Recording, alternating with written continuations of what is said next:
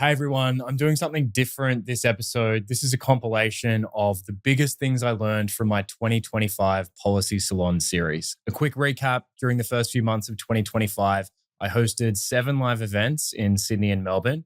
For each event, I sat down with an expert guest to discuss a different Australian policy issue, ranging from immigration and housing to taxation and defence.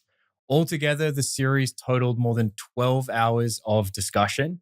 In this episode, I've stitched together just 8 excerpts that taught me the most. My 2 criteria for choosing the excerpts: number 1, I only chose ideas that surprised me, things I didn't know before the discussion. If you've listened to the whole series, you might choose different insights for yourself. You might find mine either too naive or too niche, but that's fine. Everyone has their own set of priors. I can only share what I've learned. Second, these are strictly on-the-spot learnings. They're not insights I picked up while preparing for the conversations. They're things I learned in the room during the chat. So with that, let's begin. So first up, one of the most under-discussed policy problems in Australia, at least outside of education policy circles, is the long slide in high school math and literacy scores. In this excerpt, I'm speaking with Andrew Lee, a member of the federal Labor government and a former ANU economics professor. There are several plausible explanations for Australia's declining test scores, but Andrew shares a surprising one that I hadn't appreciated. If educational outcomes crucially depend on teacher quality, maybe Australia had better quality teachers on average in the past because of gender pay discrimination, which meant that talented women chose teaching. And when that discrimination receded, teaching wages never kept up. And I was kind of shocked to learn that at least since mid-century, we've been doing poorly on math and literacy scores. And then since the early 2000s, our PISA scores have been deteriorating as well. So what explains this? What is going on with Australian test scores? So one of the challenges is that we had a way of getting very talented teachers in front of Australian kids throughout the 1960s and 1970s. And the main way in which we did that was rampant gender pay discrimination across the professions. The consequence was that you had very few talented women going into law, into medicine, into dentistry, and you had lower quality service in all of those fields as a result. Just as you'd get if you kept half of the talented applicants out of any occupation, you got worse doctors, worse dentists, worse business people. Where did those talented women go? Well, overwhelmingly they went into teaching and nursing. And that meant that the calibre, the academic aptitude of those going into teaching in the 1950s and 1960s was artificially increased. Now, through the 1970s and 1980s, you had a reduction in gender pay gaps and in the rampant gender pay discrimination in those other sectors. Gender pay discrimination is legal before the equal pay cases of 1969 and 1972. And there's a change in norms as well that sees a lot of reduction in gender pay discrimination in those other fields. Talented women then flow into those fields. And the question is, what does teaching do as a response? Does it significantly increase the wages in order to continue attracting the same level of academic talent that it has beforehand? No, it doesn't. Indeed, there's teaching wages slip a little behind the wages of other professional occupations. So you see this in the academic aptitude of new teachers. Chris Ryan and I look at trends from the early 80s to the early 2000s, and some other evidence, although not quite as good in the decades since. So that's not surprisingly correlated with Australian test scores going backwards to the tune of somewhere between half a year to a year of achievement over the course of the last couple of decades. That's huge, right? Yeah, no, it's massive, right? So the OECD's PISA tests comes and tests year nines, and the typical year 9 now is scoring about where the typical year 8 student would have scored back at the start of the century. Next excerpt comes from my Sydney conversation with Sam Roggeveen, Director of the Lowy Institute's International Security Program and author of the Echidna Strategy. Sam argues that the US won't fight China for strategic dominance in Asia because the US lacks any vital interests in the region. One thing I learned in our conversation, which didn't appear in Sam's book, is how little America's intellectual or cultural leaders seem to care about China, in contrast with the all-consuming anti-Soviet mindset of the Cold War. Since China's rise as a great power really began in the early post-Cold War years, no American president has stood before the American people and said that this is now our national mission. This is now the thing we devote the entire country to. And that's what it would take, right? In your introduction, you pointed to the fact that no other power or constellation of powers has ever approached 60% of American GDP. China's well past that figure. So this is a much bigger challenge than the Cold War in most respects, and economically already a bigger challenge than China, than Imperial Japan and Nazi Germany. So it would take a whole of nation effort, not just whole of government, whole of nation, bigger than the Cold War. And you can't do that on the quiet. You can't just sort of slip that in. It can't be just a beltway project. It has to be a whole of nation effort, and that starts with the American president saying to the public, listen, we've got to put our shoulders to the wheel and do this now. And none of them have done that so far. One other sort of straw in the wind that I would point to that's not in the book, but it's worth actually adding. I wish I'd thought of it at the time, but it came to me much later. The intellectual environment in the US, to me, does not indicate that the United States is primed for a contest like this. It's not there in the popular culture. I don't see, just as one indicator, I don't see popular commentators like Joe Rogan obsessed with China. And the intellectual heft is not there either. So look, my bookshelves groan under the weight of American scholars, think tankers, political advisors, military analysts writing books about China. And the Foreign Affairs, which is the sort of in-house journal of the American foreign policy establishment, is chock full of articles about the China challenge and the China threat.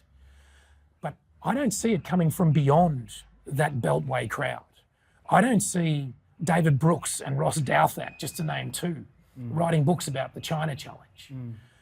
It doesn't resemble the Cold War in that respect, where Cold War liberalism was an entire, school of thought, an entire genre that developed in the Cold War. Samuel Moyn wrote a book about it recently. It doesn't even compare to the war on terrorism, where you had figures like Andrew Sullivan, Christopher Hitchens, Paul Berman, Michael Ignatieff, the New York Times editorial page, all obsessed with this question of, well, how do you maintain a liberal democracy in the face of the radical Islamist threat? I don't see anything like that in the United States at the moment. Right. So the intellectual ferment is just not there to support the scale of the challenge that the governing class in America claims to be embarking upon.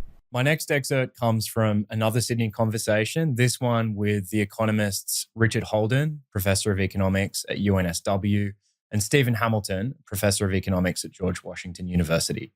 We discuss Australia's state capacity. State capacity refers to the ability of governments to achieve their policy goals. In preparation for this conversation, I worked with the economist Peter Bowers to produce a literature review of Australia's state capacity. We found that Australia has one of the highest levels of state capacity in the world. Steve and Richard are two very smart economists and friends of the pod, and I hadn't yet had a chance to discuss just how they thought about Australia's level of state capacity until we had this conversation. So I was very curious to hear how they thought about that question. In the excerpt that follows, there's no one big aha moment, but a series of 4 different insights I picked up speaking with them about this question for the first time. Those insights include that if you take out sheer spending, Australia might start to look like number 1 in the world on state capacity. Second, how voter expectations create pressure for competent service delivery. Third, how Australia's political system makes it easier to get things done. And then finally, how Australia's egalitarian culture means that wealthy people don't opt out of the bureaucratic state in Australia in the way that they do in America. If you had to boil it down to the most basic, scarce resources, traits, factors that mean Australia has relatively more state capacity than, say, I don't know, the median developed country, what are those scarce factors, traits, resources? I'll just say quickly, I have a conjecture about that, but I looked at this excellent research about, and I wasn't familiar with these indices, but I was sort of like, well, hang on, like, I'm surprised to see like Sweden or Norway and, Australia's behind, we're fourth, but, they're high. And I think a lot of those indices are really sort of saying, well, if the state does more, it gets a higher score. Yes. So I tried to recut some of those a little bit. And I got Australia coming out pretty much first, undeniably. If you said, like, we've made a political decision about what we're going to do, how well do we do it? So I think we're kind of like number one. But in any case, what makes that the case? I think there's a lot of things that go into it. I mean, one, we pay people who work at like Surface New South Wales a lot more than people who work at the DMV in Houston, Texas, or Boston, Massachusetts. But I think probably the biggest thing is we have come to expect it in Australia, and we think of our administrative state as like an Apple product. It's meant to come out of the box and work, and if it doesn't, a politician gets in trouble for that. So, if your Medicare claims weren't getting processed, someone's going to be grumpy about that, and someone's going to pay for it. I went to Service New South Wales this morning with my daughter to do a certain thing, and there was a lot of demand, and they were under pressure, but like it worked really quickly, it worked really effectively. It was like this just works. And I think if people had to wait an hour, when I first got a driver's license in the US, in Boston, Massachusetts, so this is big, wealthy town in a big, wealthy state. And it took me from the time that I had to get there to queue up to the time that I'd been processed to all I had to do was, take the test to get a license that would allow me to go take the actual driving test. It took 8 hours. If that happened here, like Chris Minns would be out of a job by the end of the week, right? ABC would be on about it. Shari Markson would be on. Everyone. It would be a bipartisan, across-the-board shellacking of somebody. I guess the transport minister already got run out of town this week, so they'd find somebody who probably would be Minns in this case. So I think when you come to expect, is a bit what Steve was saying about equilibrium. The equilibrium is we expect it to work. So if there's a deviation from that, there's going to be punishment. Nobody expects it to work in the US. I was like, in Chicago, like there are potholes in the roads everywhere. It's a wealthy town, right? And people just go like, oh, you should expect to get a flat tire like once a month here from hitting potholes. And when I moved there, I was like, what do you mean you get a flat tire once a month? And it was like, well, that's just how it works. Like the aldermen are corrupt and blah, blah, blah, and we just come to expect it. And so I think we expect a lot. And if you don't get it, then there's trouble. And so we've created an equilibrium with really good political incentives.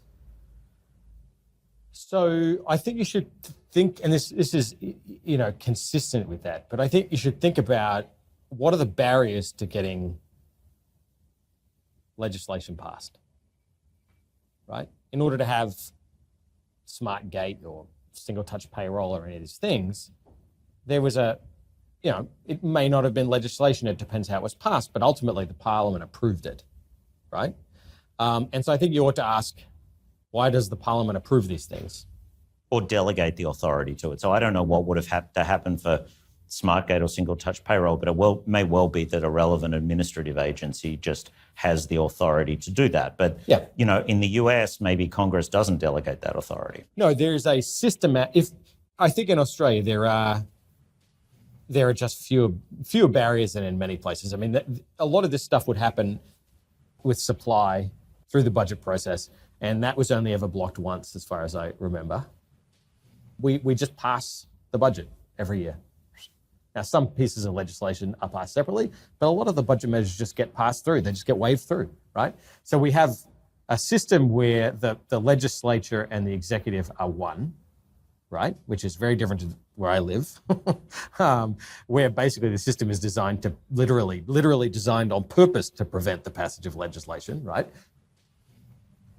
And that just takes, I mean, the friction's just lower, right? We just do it. And I think it means that if people, if Richard's right and people have preferences for those sorts of things, there are just fewer impediments for the system to deliver them. That's also important, not just on spending measures, but on revenue measures. It's very easy for Australia to raise revenue. So the equilibrium point makes sense, but for me, it just pushes the question back one level because it doesn't explain why our administrative state was so effective to begin with, such that those expectations developed. Is that just due to randomness or? Yeah, I mean, the cheap answer is it's path dependence and it was due to randomness. I think I have a sense that it was kind of more important for Australia than some other countries to have a highly functioning administrative state in some areas. Now, why is that in, say, Medicare versus other things? That's maybe a harder answer. But go to Steve Smart. So when Steve said, I said something like, "Are you here?" And he said, "Yeah, it's 30 minutes, blah, blah, blah." The anecdote related. I said, SmartGate's awesome. It's a good example of state capacity. And then I said, and you know why we have that, I reckon, is because we get a lot of money from tourism. A lot of Australians travel. And a lot of high-profile business people in Australia travel a lot, and almost all of them fly commercial. Like in the US, wealthy people kind of have opted out of the administrative state in a major, major way, which is they don't give a crap about the TSA because they fly private. They don't, they live in communities where they have their own garbage collection, they have their own trash collection, they have their own security, they have their own police forces. I mean, it's like, they've opted out and there's just no pressure for it. I think this maybe isn't about state capacity, it's more about service delivery. But if I think about the fact that we have a healthcare system, and I've written about this quite a bit before, which is, we have all these, I think, excellent carrots and sticks for people who can afford to have private insurance. But everyone has a stake in Medicare because it's the baseline for everything in our healthcare system. So really wealthy people, not so wealthy people, we're all subject to Medicare. A lot of people, not everyone, but even a lot of people who send their kids to very fancy and expensive private high schools send their kids to the local public school until the end of 6th grade. We have maybe not a perfect stake in public education in Australia, but a lot of us feel like we have a stake in public education. I think Australians across the board, across the income spectrum, it's related to income. Wealthier people maybe have more time or more power or more privilege or whatever you want to call it to be able to intervene when they see stuff not going right. I think we've got that balance really right. And I'd contrast it with, it's not like single payer like France, say in our healthcare system. It's this hybrid, but it's not, the disaster that is in the United States. And I think you can ask why is Medicare in the US, which is for, older Americans, that's got very low administrative costs, seem to work very well, even though it sort of exists in a totally dysfunctional healthcare system. But it actually kind of works pretty well. Why? Because if that didn't work well, you get voted out of it. Why is Trump not going to cut that? Because that's political suicide. So I think some of those elements are kind of true as to how we got there. And I think those things have been important for Australia. One is about tourism and travel and stuff like that. Some of that other stuff, I think, is just important as to how we see ourselves. We see ourselves as we want to have universal healthcare, but, not single payer universal healthcare. That system leads you to the kind of thing that I described with those kind of equilibrium properties and those kind of political incentives. That's my take. So if we take Richard's point from that last excerpt that Australians have high expectations of government, it still doesn't give us a deep explanation of where those expectations come from. Richard made the follow-up point that these expectations might flow from, for example, the kind of healthcare system we've chosen for ourselves, but then that too requires explanation. I'd submit that the dark matter of Australian state capacity, the stuff that operates quietly in the background to make it all work, is something to do with our culture. There are two long-running and intertwined cultural strands that seem relevant here.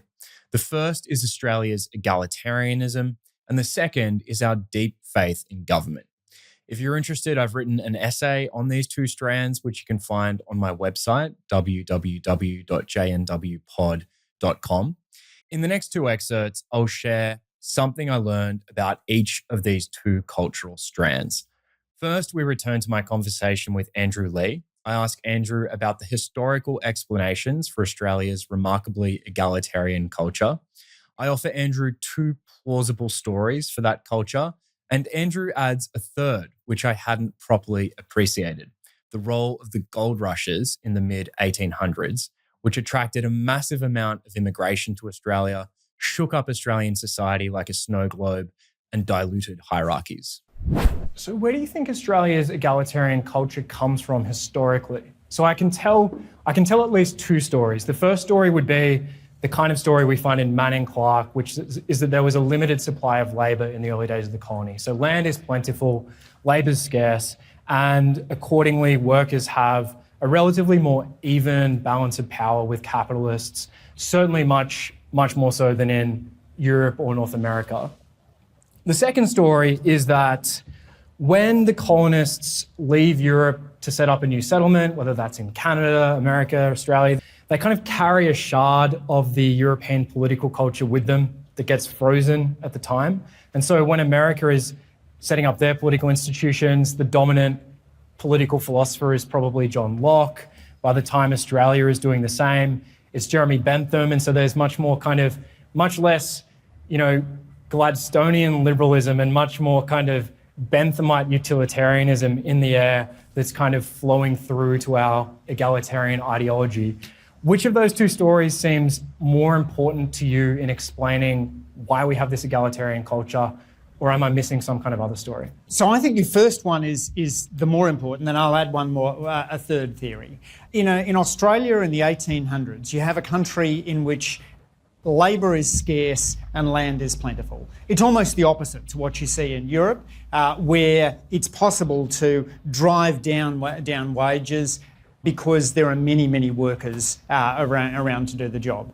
Whereas when you get to Australia, you simply can't mistreat your workers because there's not very many of them. And so as a result, you see a lot of the early trade unions forming here, the 8-hour day emerges. In the 1800s, workers in Sydney are earning significantly more than their counterparts in Chicago and London because workers are more scarce. I'm kind of less attracted to the theory of political philosophers, but I do think that one other factor is the role of the gold rushes. So the gold rushes are a moment where essentially luck determines your wealth. And so regardless of the skills that you have or the hierarchy that you've occupied, you're able to make it based on the chance of whether your particular plot has enough gold in it. That shakes things up, as of course does migration. When countries are settled for very long periods, then hierarchies can emerge. You think about the way in which the hierarchies entrench themselves in Venice, the stories about long French aristocratic families. None of that exists in a settler society like Australia in the 1800s, where apart from the First Nations people, basically everyone's just gotten off a boat. The gold rush story is interesting. I hadn't considered that, but that does make sense. So I think it's in his book Australia, but the great Australian historian Keith Hancock. So if anyone hasn't heard of this book, Australia, it's kind of our version of Tocqueville's Democracy in America or Bagehot's The English Constitution. It's kind of like a book that just captures the spirit of Australia at the time. It took me about 2 weeks to get a secondhand copy. It's out of print. There's definitely some kind of interesting project there in republishing this book. But in Australia, there's this, if I remember correctly, there's this line where Hancock says something like, within a decade of the gold rush, basically the whole Chartist program had been implemented in Australia. So that would support the gold rush story because the timing is so tight there, right? Yes, and you've got massive immigration. So you have this decade in which the gold rushes, in which the Australian population triples, in which the population of Melbourne goes up by a factor of 7. And that's got to create social fluidity and a whole lot of mixing. And it means that those workers are coming in and essentially setting up a society around what they want. If egalitarianism is one hallmark of Australian culture, our faith in government is the other. In Melbourne, I spoke with Judith Brett, Emeritus Professor of Politics at La Trobe University, about her book From Secret Ballot to Democracy Sausage. Her book shows how Australia's system of compulsory and preferential voting was shaped by our majoritarian and bureaucratic culture. In this excerpt, we speak about the historical forces that shaped that culture in turn. We start by discussing how Jeremy Bentham's utilitarianism was in the air when Australia was setting up its political institutions. But then we go on to discuss how colonial Australia's unusual relationship to the British government gave Australians a benign view of the role of government in their lives. I was expecting Judy to place more weight on the first explanation about Benthamite utilitarianism, but she surprised me by emphasising the second. One of the things that I'd sort of overlooked until I read your book was this second historical explanation for our Benthamite society, which I think John Hurst wrote about as well. And that is that for about the first 100 years of Australian history, the British government paid for our governments and taxation was accordingly pretty low here, whereas that was not the case in America. And they had, the problem of taxation without representation, and that sort of inspired the Declaration of Independence. So the attitude Australians developed towards government during the colonial era was that it was this sort of thing that just gave you stuff without really costing much money. And I was curious, of those two reasons, the kind of Benthamite philosophy being in the air, so to speak, and then the low taxation environment, which one do you think weighed more heavily on our political culture? Look, it's a bit hard to know because I think on that other one, like W.K. Hancock, who wrote that little book called Australia in the 1930s, he wrote that Australians look at government as a large public utility for the service of individual interests. That is, they don't see government as the big problem of government being, yes, we need it for law and order, we need it to defend the borders, but we've given it this authority, but it's potentially coercive, and we have to make sure it doesn't coerce us.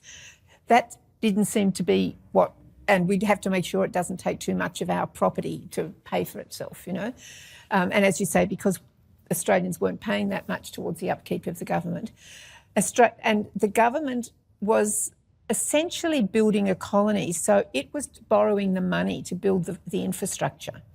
Like in America, the railways were put through by private enterprise. In Australia, the railways were developed by governments. The land was sold by governments, and that's how they were raising money. They were raising money from the selling of the Indigenous people's land, essentially. But roads, ports, if productive life was to be possible in this new society, this new colony, well, then infrastructure was needed, and the infrastructure was provided by the government. So I think what that does is it means that there's a certain trust in government as potentially benevolent, rather than as potentially oppressive. Right. Which is the more influential? I think probably that latter, I would say. The fact that we depended on government for the development of the infrastructure, and also a lot of migration. A lot of the migration was assisted migrants. The government helped them get here. Speaking of immigration, my next excerpt comes from my second Melbourne event, this time with former Deputy Secretary of the Department of Immigration, Abel Rizvi. The biggest thing I learned in this conversation relates to how Australian policymakers think and have thought about the objectives of immigration policy. I hadn't realised that probably the dominant rationale of Australian immigration policy over the past couple of decades has been to slow our rate of population ageing. I knew it was part of the mix of objectives, but I hadn't appreciated the full weight that policymakers place on it. As Abel explains to me, slowing population ageing comprised about 80% of the motivation for the 2001 changes, which massively increased Australia's intake of skilled migrants, especially overseas students. So my next question is about the sort of objectives of immigration policy. So you have, one objective or one rationale would be slowing the rate of population ageing. Another would be filling skill shortages, but then you have all of these second-order consequences as well, like the diversity of the Australian population, the fiscal benefits of migrants. What do you think is the right set and balance of objectives for immigration policy? What are we actually trying to achieve with it?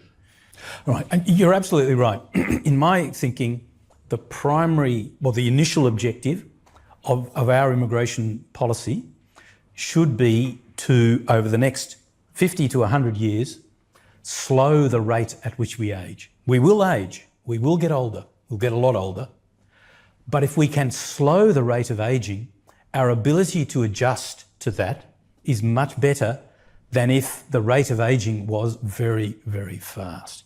If we were ageing at the rate of China or Japan or South Korea or much of Western Europe, the adjustment processes are much more difficult.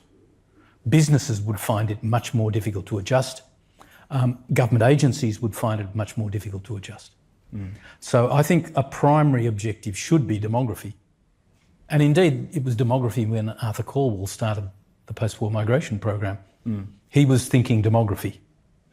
And so back in the late 90s, early 2000s, when you were advising Ruddock and Costello and then persuading Howard to, implement the changes that we did, how much of that decision was about slowing the rate of population aging? Was that the main motivation? Probably 80% was demography. Oh, interesting. It would have been 80% demography, and it would have probably been 10% pressure from universities. We need a way of making money, and we can't fund ourselves unless we can make money. And so we had to open up the international education program. It just happened to be the case that was the best way to also increase the migration program in a manner that it contributed skills to Australia, it contributed export income to Australia, and it slowed the rate of ageing, and it was a budget benefit. Put all that together and it was too attractive for any government to refuse. Of course, high levels of immigration over the past couple of decades have interacted with inelastic housing supply to push up house prices and produce a housing affordability crisis in Australia. In Sydney, I asked Peter Tulip, Chief Economist at the Centre for Independent Studies and a former RBA research manager, how quickly a deregulatory agenda could increase supply and thereby bring down prices. My big update from the conversation, in fact, this was probably my biggest update from the whole series, is just how long it will take to resolve the housing crisis by focusing on supply.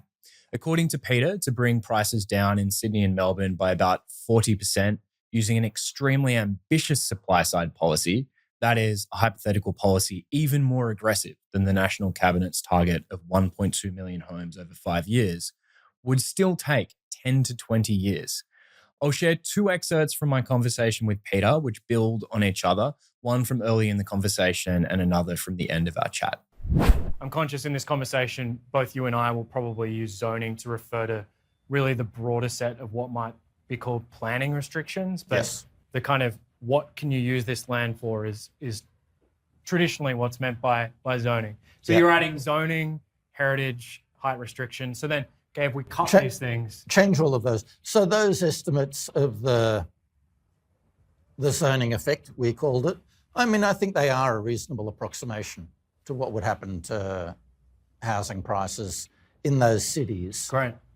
If you were to completely liberalise the markets. Right. Now, but that's not what we're suggesting. To be politically realistic, our aims are much more moderate than that. But ultimately, if you were to take it to extremes, that's where it would head. Okay. Yes. And so how much more moderate are your aims than that? So I think the National Cabinet target of 1.2 million homes over 5 years is sensible. That is, the numbers that we were talking about before with this pure free market deregulation would involve something like a 10 or 20% increase in the housing stock in Australia. And you clearly can't do that overnight. In fact, you can't do it within any reasonable planning period. But you can build a lot more. And the national target of 1.2 million homes essentially takes the previous peak in construction that we saw before the pandemic and said, let's hope we can do that on a sustained basis. And that strikes me as a feasible, a short-term objective. Feasible both economically, because we've built at that rate before, but also politically in the sense that the community accepted those rates of construction in the past. I can run the numbers on what that would mean for affordability if you want. Yeah. Okay, so 1 million homes is sort of a baseline neutral, is a neutral baseline. And that was the original target. And so the National Cabinet target of 1.2 million homes is 200,000 on top of it. We have a national housing stock of 11 trillion homes. So those 200,000 is about, with a bit of rounding, 2% increase in the national housing stock. As a rough rule of thumb, every percentage point increase in the housing stock reduces the cost of housing by about 2.5%. So that 2% increment that National Cabinet is targeting would give you a 5% reduction in affordability. Okay. That is relative to a baseline of housing prices trending up. So in real terms, house prices outpace inflation by about 2.5% over a very long average. It's more or less than that, depending on exactly when you take the average from. So you take 5% over 5 years from that, and prices are still increasing in nominal terms. Right. So it's not 5% lower than today's prices, it's 5% lower than the counterfactual in 5 years. Yeah, 5% lower than what was a pretty unattractive counterfactual of continually deteriorating affordability. So earlier in our conversation, you mentioned that to get those kind of 40% price falls in Sydney and Melbourne, it would require increasing housing supply by, did you say 10 to 20%? Yep. How many years would that take, roughly speaking? Well, if we got rid of those zoning regulations on the chopping block? As a simple calculation, if we increase the housing stock 1% a year, it'd take 10 to 20 years. Okay. That's doing it over and above what we would normally do, yeah. Okay, so over and above the current baseline? Yeah. Yeah, okay. But even that is extremely ambitious. I mean, so what the national target that we talked about before is an increase of 200,000 above baseline over 5 years. Okay. So that's what, 40,000, just 40,000 a year. Yeah. So if we removed all of the zoning regulations on your chopping block, how quickly do you think we would get that 10 to 20% increase in supply? No one has bothered to do that calculation, I think for good reasons. What are the reasons? It's just not realistic. It's not realistic and it's not on the agenda. Right. And no one is proposing it. Yeah. I'm not proposing substantial or immediate changes to the legislation or the process or how we approve houses. That all we need to do is relatively simple. Under existing processes, we need to set higher targets for local councils that add up to 1.2 million homes. So that's being done in the New South Wales and Victorian governments. Yeah. And that just means local councils need to start approving a block of flats in every third or fourth suburb every few years. Relatively modest changes in the built form of our city will over time amount to a substantial increase in supply. And you don't need any change. I mean, there are good reasons for changing the process, but they're not necessary to deliver housing affordability. We just need councils to stop saying no and start saying yes. And that can be achieved. I think what the New South Wales and Victorian governments are doing is basically right. They're setting ambitious targets for councils. The next step that they need to take is to announce how they will be enforced. which hasn't been done yet. And there is a real worry that once these plans are lodged before councils will start saying no, and then you do get a fight between the state government and the councils, and it's not clear that the state governments have the stomach for that. Right. So I'd like them to pre-announce automatic remedies for councils that don't make satisfactory progress towards their targets. Yeah. But even if we do achieve that National Cabinet target of 1.2 million new homes over 5 years, you're saying that it's only going to lower prices about 5% relative to the counterfactual. And that is ambitious. I mean, if that's, and I buy your point that realistically, that's probably as good as we can expect from our political system. I'm now just kind of feeling a bit deflated listening to you. It feels like we're actually not going to solve the housing crisis. All the people who say we should be cutting immigration, they're probably right. Like that seems like the only solution now. So 5% reduction after 5 years, but then you do it again the following 5 years. And that adds up to a 10% reduction. Right. And so on. I mean, this was a problem that built up over generations. So it is going to be very difficult to solve it quickly. It will take time, particularly as it requires a very substantial increase in our construction industry, which has difficulties. I mean, we can do it. Other countries have done it. Auckland doubled its construction workforce, but it will take time and requires changes to training and immigration and accreditation and wages. Do you think over those 5-year intervals we can ratchet up the amount of supply we provide each time? Is that the kind of base case? I would hope so. Okay. And do you think that's more likely than the opposite? I guess maybe people come to accept it, or people realise it's working, so you can add more supply each time? That's a good question. I mean, so what's happened in Auckland is you've had two effects.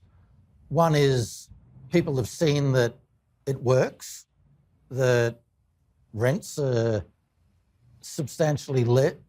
have risen substantially less in Auckland than in other New Zealand cities. But at the same time, you've got a backlash that some people think that the new buildings going up are ugly, and there's this fear of change element we talked about before. And it very often happens that when you change what people are used to, they're uncomfortable with that and they object. Right. And how those two balance, we don't know. Right. The reason Peter's answer worried me so much is that even a decade strikes me as too long to wait. The housing crisis is causing problems, for example, for productivity and fertility, which will continue compounding into increasingly terrible outcomes if given decades to run, even if prices are gradually moderating over that time. So what's stopping us from adopting a maximally ambitious policy for speeding up new supply? The constraints seem to me to be mostly political. For one, housing has, for better or for worse, become the way the middle class gets rich in Australia. Without offering the home-owning constituency an alternative vision for wealth creation, I worry that the supply-side agenda entails a slow, decades-long grind. If the thing we care about is affordability, not the price level per se, then what we really care about is the price-to-income ratio. So is there a way to get incomes growing more quickly to improve affordability from the other direction and potentially make price falls more politically palatable? This raises what I call the joint problem of housing and productivity. To improve national productivity, it's vital that more people can afford to live and work in our major agglomerations, but equally, to prepare the nation to bear falling and lower house prices, we need rising incomes and therefore stronger productivity growth. To end the series, I spoke with Ken Henry, former Secretary of the Treasury. Ken raises capital deepening and increasing total factor productivity as two primary ways to fix Australia's stagnant labour productivity growth. Ken seems to prefer focusing on capital deepening as the way to improve productivity growth, but in this next excerpt, we focus on total factor productivity. One of the things I love about talking with Ken is I can ask him almost any random question about Australian economic policy. And he'll say something like, oh, yeah, we looked at exactly that question in Treasury back in the 1990s or whenever. And that's what happens in this next excerpt. I ask Ken how close Australia could plausibly get to US total factor productivity. On productivity, if we take total factor productivity in the US to represent the kind of technological frontier, and other countries can measure themselves against that benchmark, I think generally Australia sits around 80% of the US level. That might have peaked a bit above 85% in the late 90s, but it came back down. How likely is it that a mix of policies exists that could help us achieve parity with the US level? Or do you think we'll always be constrained by other factors like geographic isolation from major economies? That's a good one.